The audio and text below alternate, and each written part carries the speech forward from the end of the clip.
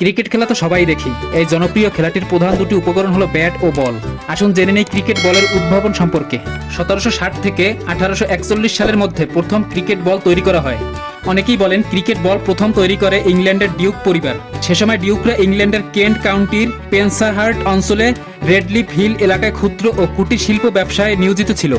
1775 সালে ডিউকরা cricket ball তৈরির জন্য ব্রিটেনের রাজা চতুর্থ জর্জের কাছ থেকে পেটেন্ট অর্জন করেন। তারা সেই সময় 6 সেলাই বিশিষ্ট ক্রিকেট বল তৈরি এবং বাজারজাত করা শুরু করে।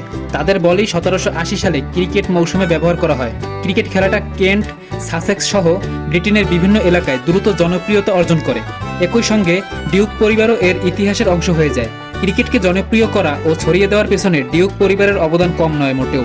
তারা কেবল বল তৈরির ব্যবসাতেই মনোযোগী ছিল না, মনোযোগী ছিল ক্রিকেট খেলাটা প্রচার ও প্রসারেও। ইংল্যান্ডে সবসময় ডিউক বল দিয়ে খেলা হয়েছে। দ্বিতীয় বিশ্বযুদ্ধের আগ পর্যন্ত ক্রিকেট বল বলতে সবাই বুঝতো ডিউক ব্র্যান্ডের বল। এটা ব্যবহৃত হতো দুনিয়া জুড়ে।